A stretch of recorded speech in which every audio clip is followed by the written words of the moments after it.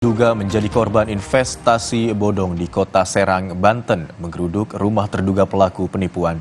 Mereka juga membawa pelaku ke Polda Banten. Warga yang diduga menjadi korban investasi bodong emosi dan langsung mendatangi rumah terduga pelaku. Mereka membawa terduga pelaku ke Mapolda Banten dan melaporkan kejadian ini ke polisi.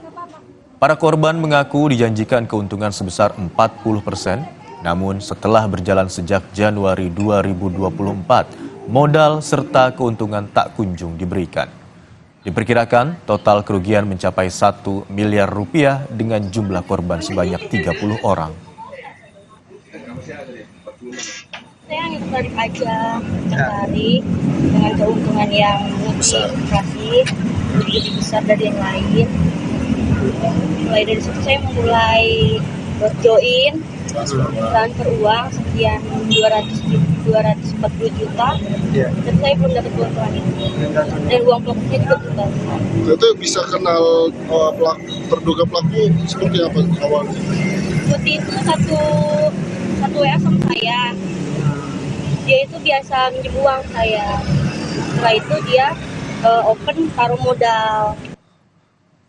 Sebanyak 13 orang korban dugaan investasi gadai rumah bodong mendatangi Satreskrim Polres Sukabumi Kota, Jawa Barat untuk melaporkan HD yang diduga telah melakukan penipuan dengan kedok investasi sewa hunian atau gadai rumah.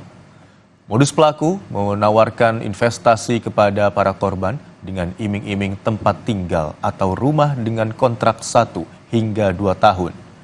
Para korban ini telah menyetorkan uang mulai dari 20 hingga 100 juta rupiah kepada terduga pelaku.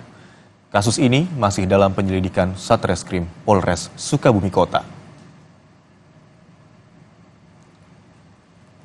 Adapun motif pelaku itu adalah dia menawarkan investasi kepada para korban untuk memberikan nilai investasi, kemudian dia diberikan iming-iming atau jaminan rumah.